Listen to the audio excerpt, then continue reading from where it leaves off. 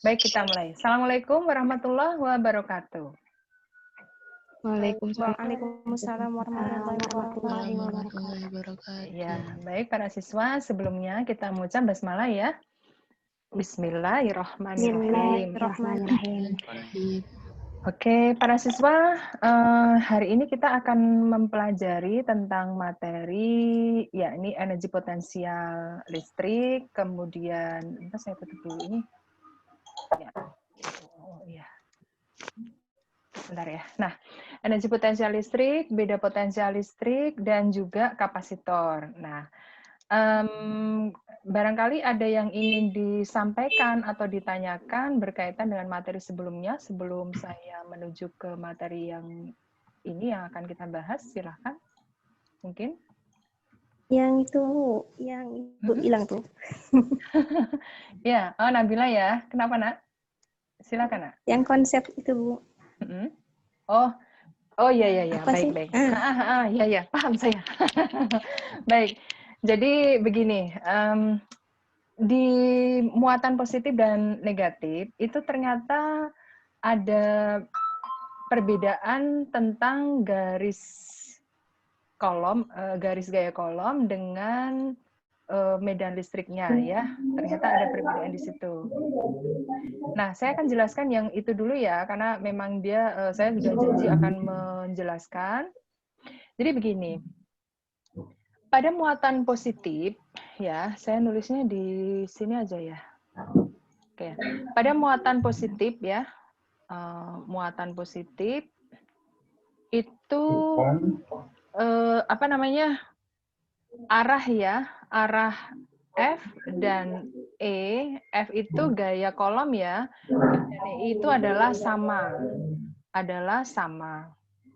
Tapi pada muatan negatif itu arah F dan E itu berlawanan. Sebentar ini sambil saya masukkan kawanmu yang baru datang, berlawanan arah gitu. Nanti saya kasih ilustrasinya bagaimana penekanannya gitu ya. Jadi begini, elektron itu begini. Jangan pakai itu dulu deh supaya nggak bingung. Kalian gini aja. Kalau ini ada titik ya, ada titik P, ini ada muatan positif, berarti E-nya keluar ya. Kalau ada muatan negatif, berarti E-nya masuk ya. Betul kan? Ini Q1 nih, Q1, ini Q2 nih, gitu loh ya. Berarti E1-nya keluar, E2-nya itu masuk. E1 keluar dari Q1, gitu loh ya. E2-nya masuk menuju Q2. Bisa dipahami enggak itu? Bisa ya? Halo? Bisa. Oke. Nah, itu maksud saya. Artinya apa? Artinya itu arah dari E itu adalah dari positif menuju negatif. Betul nggak sih? Betul ya?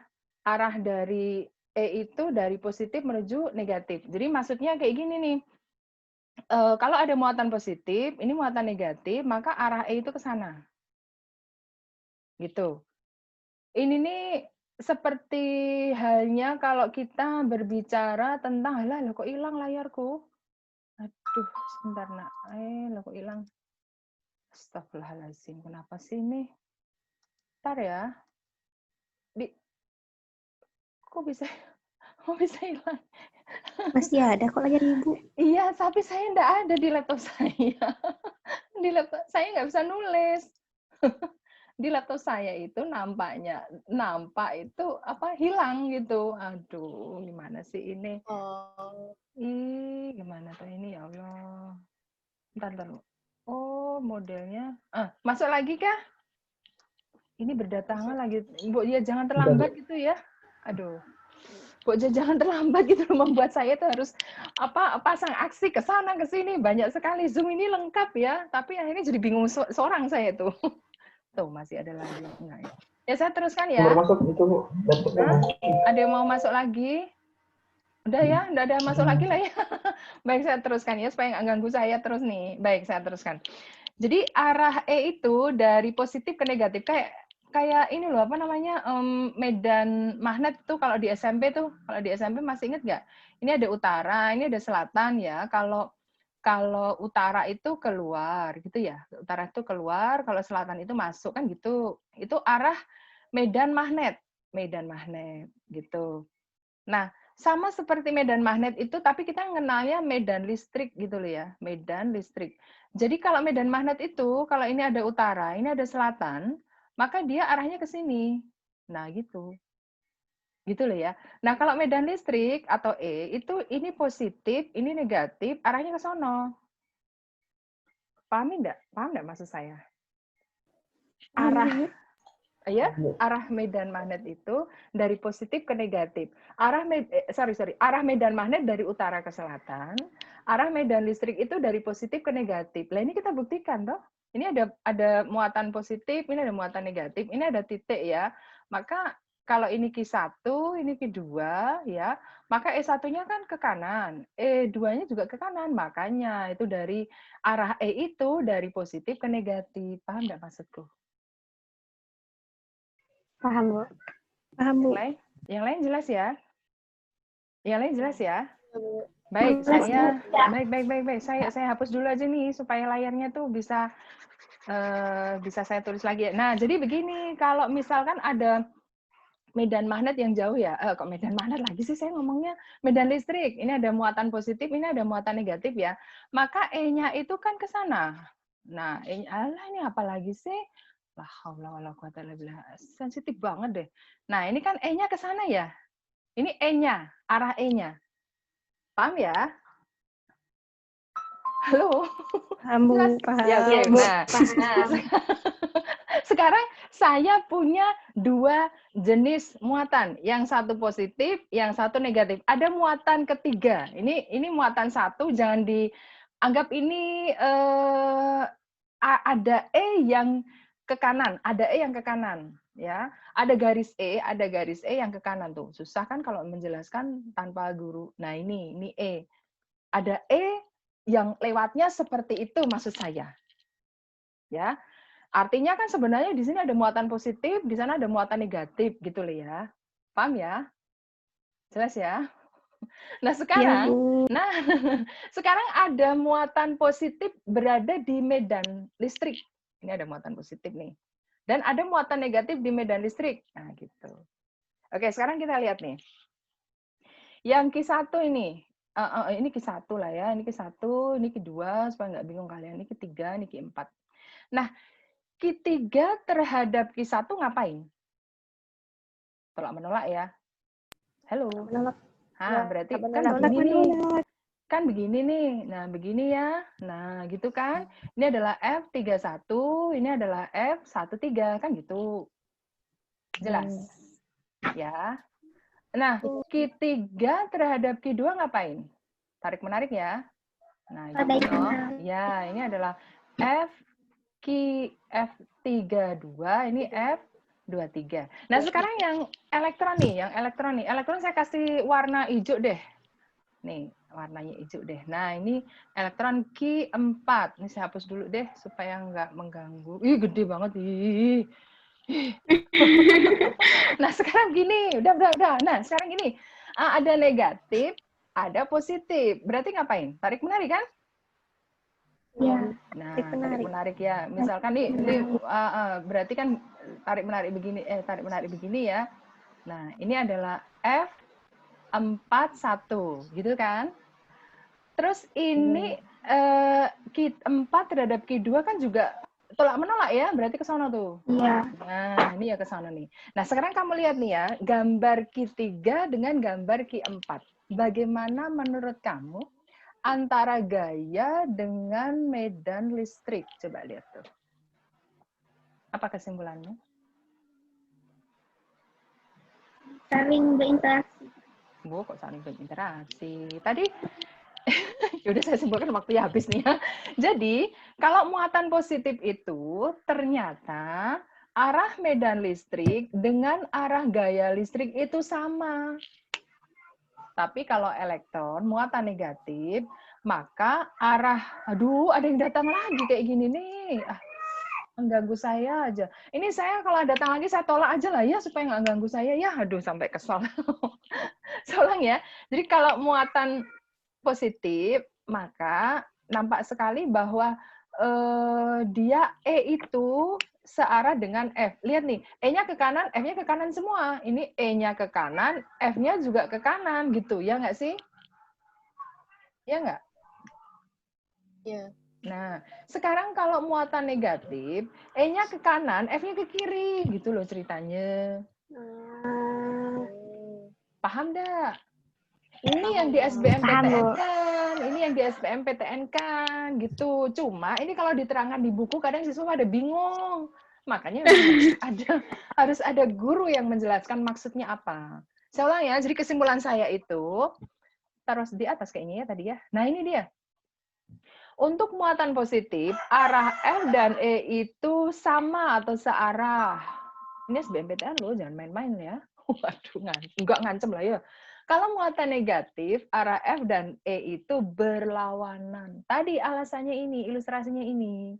Ini guru menjelaskan kepada siswanya langsung. Kalau kita baca di buku kadang nggak ngerti gitu loh. Tapi ada juga siswa yang mencari literasi kemana-mana gitu, akhirnya bisa menyimpulkan sendiri. Tapi kan prosesnya panjang gitu. Paham nggak ini? Udah jelas ya? Sudah saya lunasi ya utangnya ya. Oke? Udah paham sekarang? Udah paham sekarang?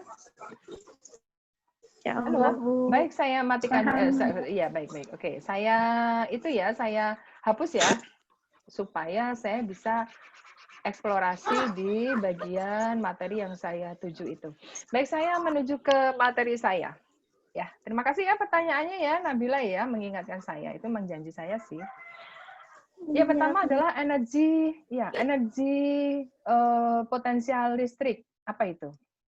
Saya menulis, energi potensial listrik itu adalah usaha yang diperlukan untuk memindahkan suatu muatan listrik uji. Tuh ada lagi masuk tuh, coba nih, Dawam Agung Fatoni. Ini suruh dipersilakan masuk apa diusir aja? Menurut kalian? Kesel aku udah jam segini baru masuk pula tuh. Ya Allah. Saya lanjutkan ya. Jadi energi potensial listrik adalah usaha yang diperlukan untuk memindahkan suatu muatan listrik uji dari kedudukan tertentu terhadap suatu muatan lain ke tempat yang lainnya. Jadi pengertiannya itu begini. Kalau misalkan saya memiliki muatan yang berbeda, katakanlah ini Q1, ini Q2, lalu mereka berdua terpisah pada jarak R1 lah gitu ya. Maka jelas bahwa Q1 dengan Q2 itu akan saling tarik-menarik. Katakanlah suami istri nih sudah saling cinta nih, ya kan? Q1 siapa, Q2 siapa gitu ya. Lalu jangan saya ya, entah siapa gitu, ingin memisahkan si Q2 itu terhadap Q1 gitu loh. Ya, udah suami istri saling cinta, masa gimana sih kalau dipisahkan kan otomatis dia nggak mau lah ya. Nah, ada pelakonnya.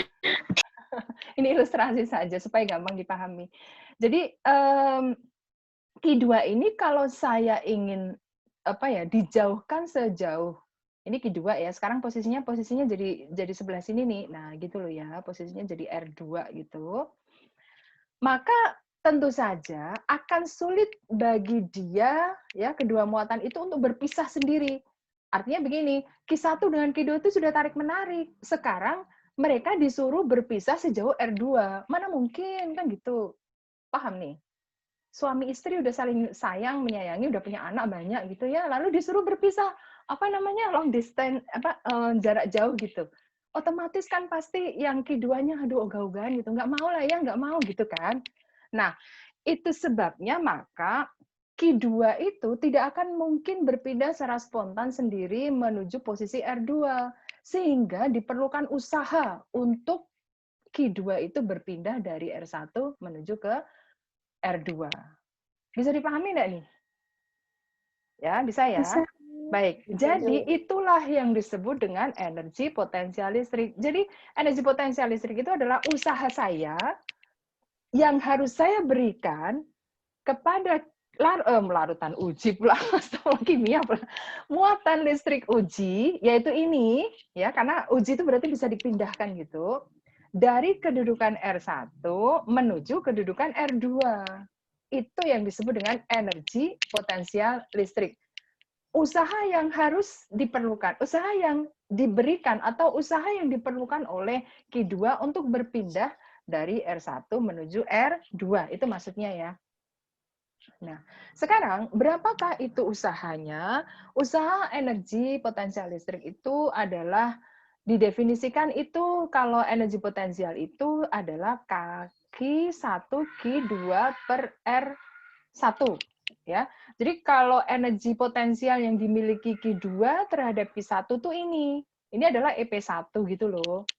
Nah, sekarang kalau sudah berubah menjadi posisinya di R2, maka energi potensialnya nanti berubah menjadi EP2, yaitu Q1 Q2 per R2.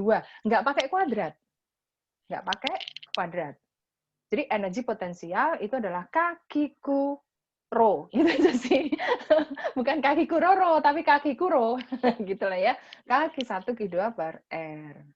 Nah, posisi ini sekarang energi potensialnya sekarang menjadi sekian, awalnya sekian. Berarti perubahan energi potensialnya atau delta EP ya. Delta EP itu adalah EP2 dikurang EP1. Nah, inilah yang dimaksud dengan jumlah energi yang diperlukan untuk memindahkan muatan uji dari satu tempat ke tempat yang lainnya. Begitu maksudnya. Sudah paham ya? Ada yang mau ditanyakan? Silakan. Halo?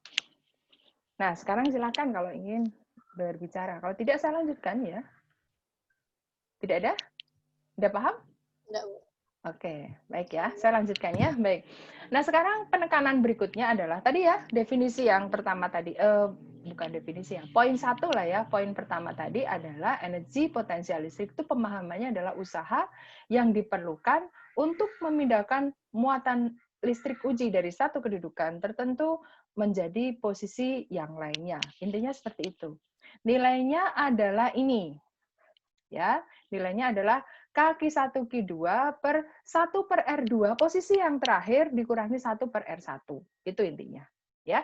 Nah, sekarang penekanan berikutnya adalah energi potensial listrik ini besaran skalar. Ya, besaran skalar. Karena besaran skalar, maka dia tidak punya arah. Ya, ingat skala itu hanya punya nilai aja ya, nggak punya arah. Jadi nanti dalam perhitungannya justru nilai negatifnya itu wajib dimasukkan. Jadi kalau misalkan ini 4 kolom ya, ini misalkan min 10 ya, misalkan ya, maka ini harus dimasukkan minus 10 gitu loh. Nggak boleh nilai harga mutlaknya itu enggak seperti yang kemarin. Kalau kemarin itu kan gaya kolom dengan medan listrik itu dimasukkan harga, tidak boleh memasukkan harga plus min ya. Tapi kalau ini wajib dimasukkan harga plus minnya untuk energi potensial listrik. Semua paham ya? Terus ya? Oke? Halo. Baik. Nah, sekarang yang kedua, beda potensial listrik. Apa definisinya tuh? Beda potensial listrik itu didefinisikan seperti ini nih. Ya, pengertiannya begini. Perubahan energi potensial per satuan muatan ketika sebuah muatan uji itu dipindahkan di antara dua titik. Aduh, ada yang berkokok pula. Dipindahkan dari satu titik ke titik yang lain. Maksudnya, seperti ini tadi juga, atau saya bikin gambar baru aja lah ya. Tadinya ada muatan ini ya, ini Q saja, Q1 lah ya, Q1. Lalu yang ini Q2 itu tadinya posisinya R1, gitu ya, tadinya posisinya R1. Maka bagi Q2 dia akan menerima tegangan dari Q1 ya, yaitu sebesar bukan V deh, tegangan Q1 sebesar Q1 per R1. Tegangan yang dialami oleh dia gitu loh ya. Nah, jika ini saya pindahkan ke posisi yang lainnya, ke posisi R2 ya, Maka tegangannya sekarang menjadi Q2/R2. Karena jaraknya sudah, kok Q2 sih? Q1, sorry ya. Jaraknya sekarang sudah berubah.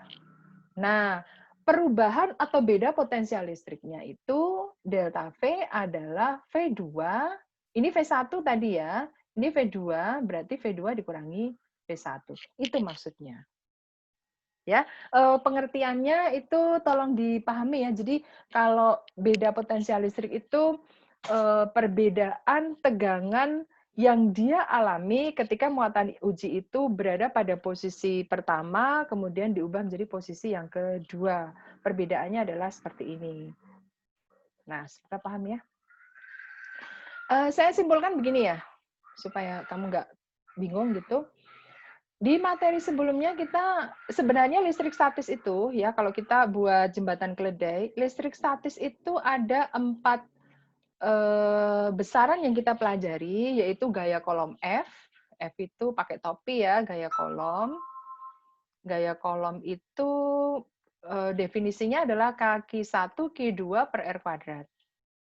Kemudian yang kedua kita belajar kemarin ya ini medan listrik statis. Ini adalah medan listrik. Jadi dihafalin ya bahwa E itu medan listrik. Itu besarnya adalah K per R kuadrat. Ya. Kemudian yang ketiga kita belajar yaitu energi potensial. Itu adalah K1 Q2 per R saja, nggak pakai kuadrat tuh. Dan yang terakhir adalah tegangan atau beda potensial ya, potensial di suatu titik tertentu terhadap muatan tertentu, itu adalah K per R. Jadi kalau kita lihat tuh ya, yang ada kuadratnya, itu ternyata adalah besaran vektor. Ini ada topinya tuh. Tetapi yang tidak pakai kuadrat atau pangkat 1, maka dihasilkan besaran skalar. Jadi ini adalah vektor, besaran vektor, sedangkan ini adalah besaran skalar. Tahu ya bahwa vektor itu punya arah dan punya nilai dan punya arah. Kalau skalar itu hanya punya nilai saja, arahnya nggak ada. Bisa dipahami nih kesimpulan saya, kesimpulan kita? Paham ya? Bisa, Bu. Baik, oke, alhamdulillah. Baik, jadi penekanan kita ini ada pada di bagian vektornya. Saya ulang ya, penekanan kita ini ada di bagian vektornya. Yang vektor untuk listrik statis itu adalah gaya kolom dan medan listrik. Yang skalar untuk listrik statis itu adalah energi potensial dan tegangan beda potensial atau potensial suatu titik yang dipengaruhi oleh muatan tersebut atau potensial listrik begitu. Ya, itu dia. Nah, kemudian untuk resultasi penjumlahan ya, maksudnya ya, penjumlahan resultasi untuk gaya kolom maupun medan listrik statis itu dengan cara penggunaan vektorial. Tapi kalau yang ini, yang EP dan V itu tidak dijumlahkan biasa, aljabar biasa. Saya kasih contoh ya, supaya lebih paham maksud saya. Saya komparasi antara ini aja deh, ini sama ini, komparasinya begini. Contohnya ya, saya buat semacam ini ada muatan positif, ini ada muatan negatif, lalu ini ada titik P gitulah ya. Ini jarak mereka itu 10 cm, ini juga 10 cm, lalu ini 10 cm. Nah, gitu. Lalu ini misalkan Q1-nya itu 5 kolom ya, Q2-nya itu misalkan 4 kolom gitu.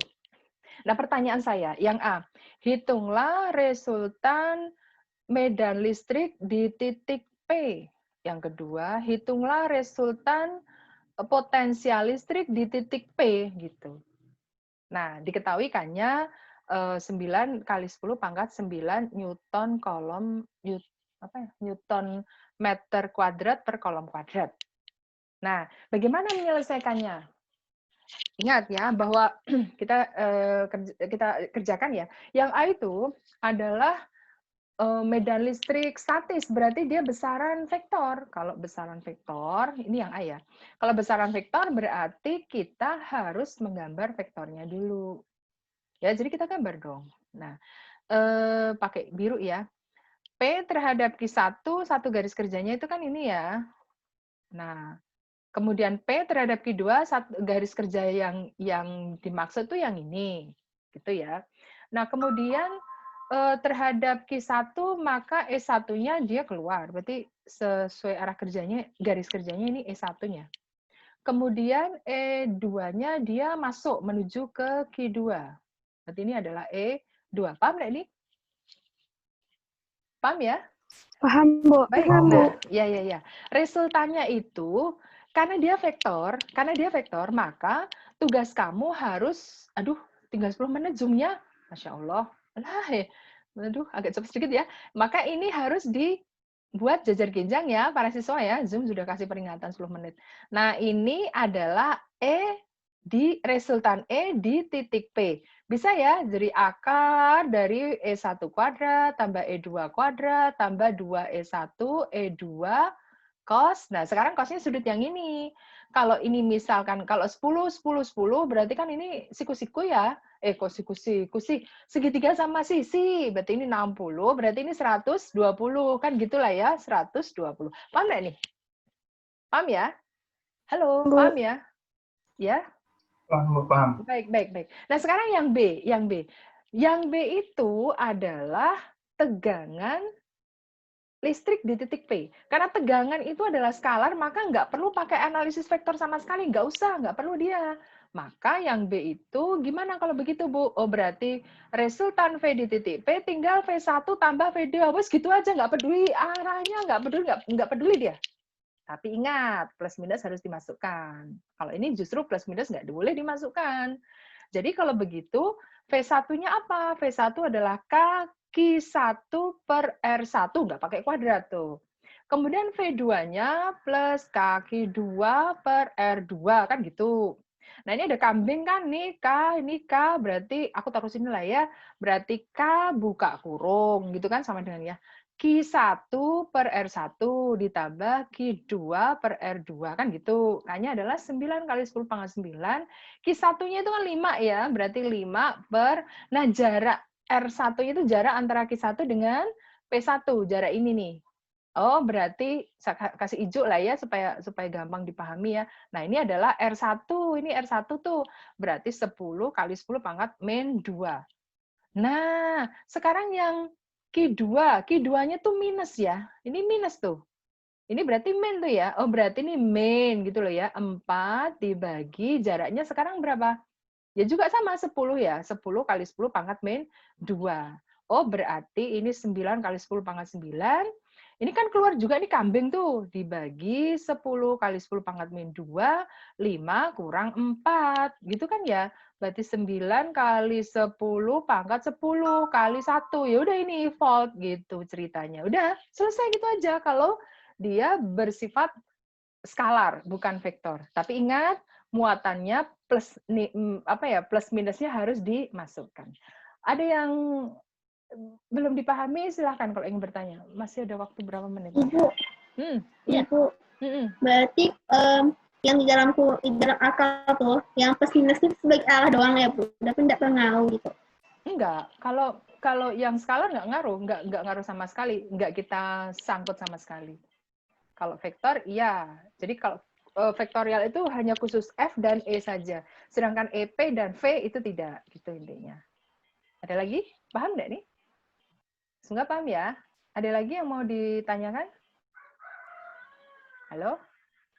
Udah jelas? Jangan sampai kita diputus oleh Zoom gitu. Kita yang meninggalkan Zoom, jangan Zoom yang meninggalkan kita. Oke? Tinggal ya. Oke ya. Udah habis waktunya juga. Baik. Ada yang mau disampaikan lagi enggak nih? Paham enggak nih? Insyaallah, Bu. Insyaallah paham. Alhamdulillah. Baik. Nah, sekarang saya terakhir menuju ke ini ya. Aduh, gak cukup waktunya ya Allah. Zoom kasih kabar nih tinggal 6 menit nih.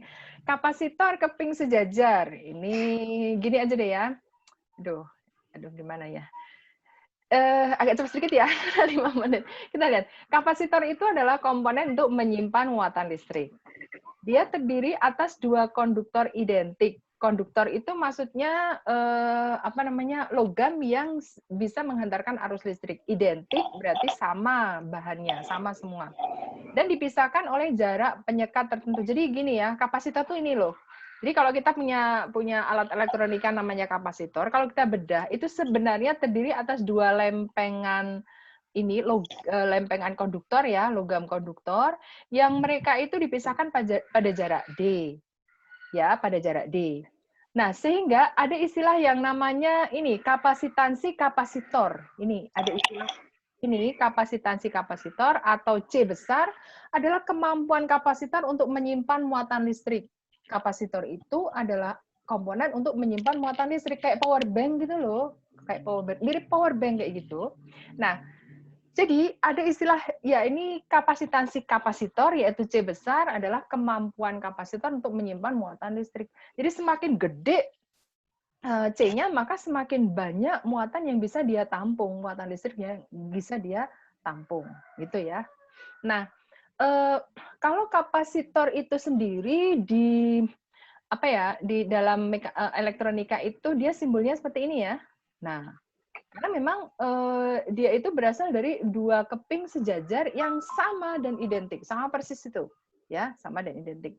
Nah, kalau dia itu dialiri oleh arus listrik, ya, dialiri oleh arus listrik, ini kutub besar, kutub pendek gitu ya. Ini positif, ini negatif ya. Ini elemen baterai, ini kapasitor. Maka di ujung sebelah kiri yang dekat dengan positif itu akan menjadi positif nih. Terbelah dia muatannya, ini menjadi negatif. Ya, dia menyimpan muatan, tapi dia itu akan membelahkan diri ya muatannya, yang satu untuk positif, yang satu untuk negatif.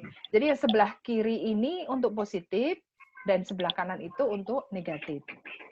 Ya, nah kalau sudah apa namanya tercover seperti ini, kalau sudah tercover seperti ini, maka kapasitor itu menyimpan Q, muatan. Jadi muatan yang ada di dalam itu apa namanya tersimpan Q dan dia ada tegangan listriknya, sehingga definisi dari kapasitansi kapasitor itu ini ya, C sama dengan Q per V, atau kalau orang itu memudahkan ya, Q sama dengan C kali V, perusahaan gitu ya. Q sama dengan C kali V, itu dia maksudnya.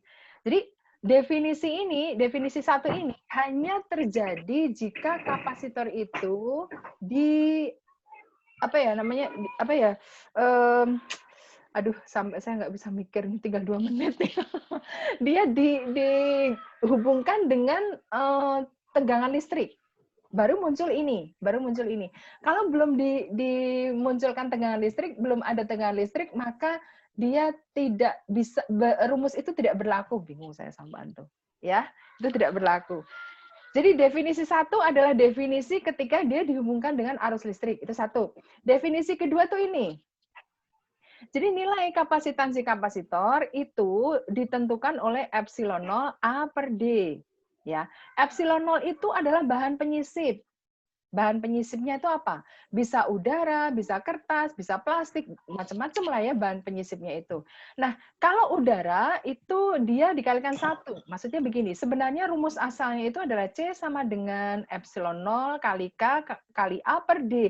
K itu adalah nilai pembanding bahan penyisip dibanding dengan udara. Jadi kalau udara itu K-nya 1 gitulah ya. Kalau udara itu K-nya 1, itu udara. Kalau yang lain bisa 2, bisa 3, bisa 4, bisa setengah, bisa sepertiga, dan seterusnya.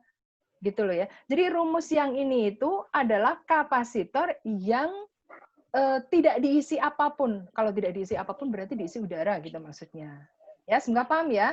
Nah, nilai C itu ditentukan oleh epsilon 0 kali A itu adalah luas ini, luas keping dibagi dengan jarak antar kepingnya. Jarak antar kepingnya. Aduh, sampai saya. Aduh, stres saya tuh. Baik, jadi kapasitor itu kesimpulan kita ada 2 definisi ya. Definisi pertama itu C sama dengan Q per V. Itu definisi ketika dialiri arus listrik. Ingat itu.